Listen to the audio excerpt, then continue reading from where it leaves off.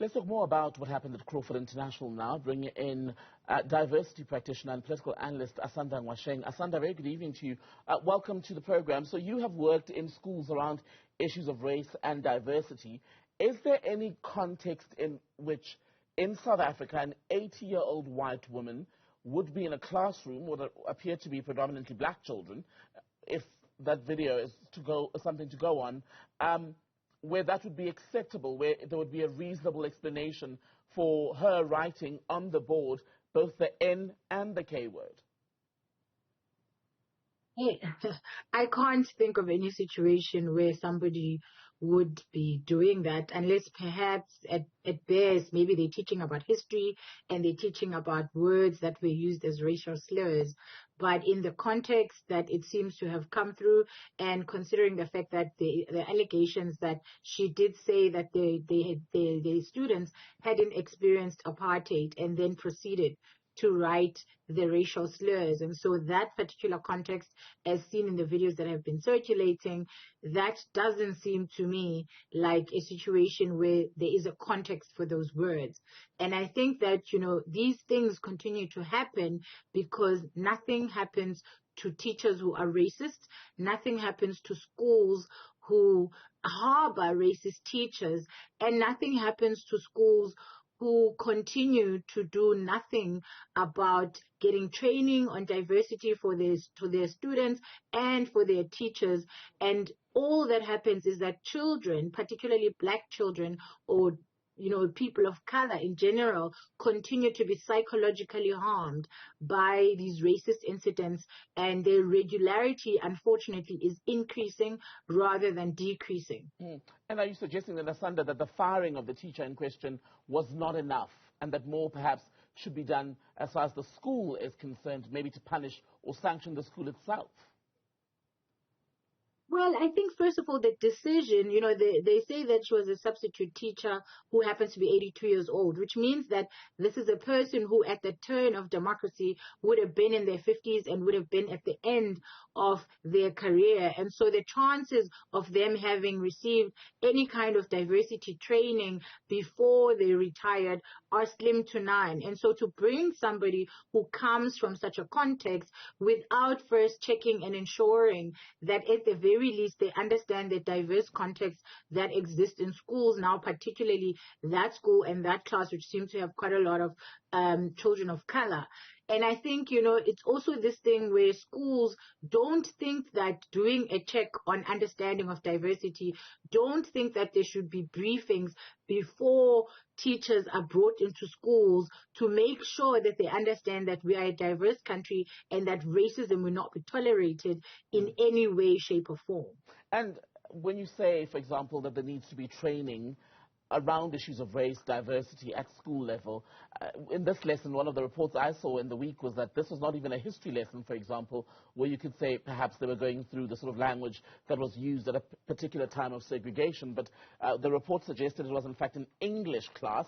Not too sure how accurate that was, but it speaks to the need, does it not, for schools to train all teachers, because it cannot be something that you leave to the life orientation teacher or the one who gives the history lessons. Yeah, I mean, we live in a racist society, and so race and racism is going to come up in many different type of subjects. And so I don't think it necessarily has to be only in history class that we should be talking about these issues.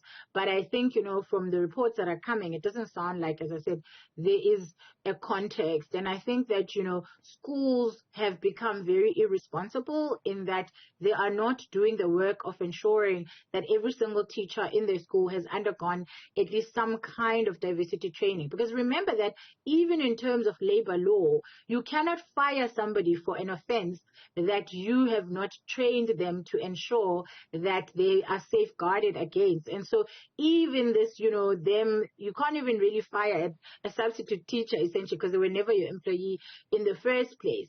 But I think it speaks to the fact that schools do not make sure that for every single teacher that joins, every single person that enters their campus has had some level of diversity training and has some diversity awareness that I would think should even be getting tested to ensure that if somebody said, I've undergone diversity training and therefore I don't need you to provide me with training as part of your onboarding, that the school is able to prove that not only did they offer it, but that the person rejected it and that they tested to ensure that, this person didn't need it. But that's not happening. And unfortunately, one of the problems we have as South Africans is that racists in South Africa are getting emboldened and are getting inspired by the racists of the United States. And so in the United States right now, people are banning books, people are banning diversity training, people are banning critical race theory or anything that seeks to tell the truth and the pain that Black people experienced during, these racially based ideologies of colonialism, of slavery, and of apartheid that happened. And I can tell you, even from my own personal experience, where I have gone into a school where I tried to go and help a school, which was Fishhook High School in Cape Town, and there was so much backlash. But in that backlash, that was supported by political parties like the Democratic Alliance, and in that backlash, what keeps astounding me to this day is how everybody knew my name as a diversity trainer, but nobody knew the name of the racist teacher that called words names and was the cause and the reason for why I was brought into the school in the first place. And so we continue to create the cycle where Black people are the ones who continue to be the victims of further violence, even when they try to speak out, even when they try to come in and help schools to deal with these issues, while white people who are the racist aggressors continue to get away with racist aggression. And our Department of Education doesn't do anything and doesn't do enough, because if it's a public school, at the very least, the government should be ensuring that they're rolling out nationally a program of diversity training. I have a diversity curriculum at a private school in Johannesburg, and this curriculum has helped this particular school to be able to engage with racist incidents when they do happen. Because there's an understanding that we are a racist society, so these things will happen, but you need to be able to understand how to engage with them when they do happen, while you also need to put in all the efforts to prevent it. How much of it, though, has to do with South Africa's treatment of racism as an event? So every couple of months, every few years, we're all jolted to this reality that this country remains with a racism problem, right? And then everyone is outraged. You talk about it, someone is fired, suspended, whatever. And then we move on until the next one, instead of a clear, continuous process to rid the country of racism. Yeah, this is why I talk about the government needing to get involved at this stage, because without government support, for instance, the Department of Education needs to be leading when it comes to schools. And I think the Department of Justice should also be leading, because again, if I go to my case, one of the things that happened is that I was told that I was going to be investigated by the South African Human Rights Commission. The very commission that's supposed to be protecting me and people like me was very happy and did not, challenge any kind of suggestions that they were going to investigate me. Luckily, I never got a call from them or any email to say that this was happening. But the point is that the aggressors have now become the ones who are claiming that they are experiencing racism, and they have become the ones who are using the very instruments that are supposed to be there for the protection of Black people against Black people. And I think until the government leads, until the government, puts in place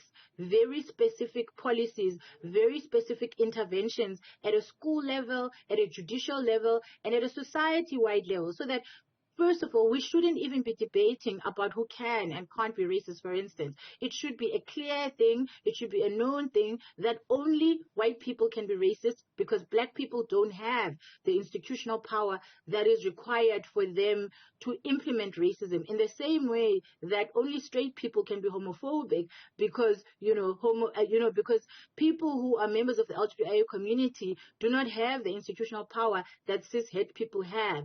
And so once we understand understand these concepts at a base level, then we can begin to see a society that sometimes errs, but still is able to very quickly get back on track. In places like Germany, they teach their children from a very young age about what happened in the Holocaust, because they understand that there's always a possibility of history repeating itself. Asanda Ngoasheng, good to speak to you.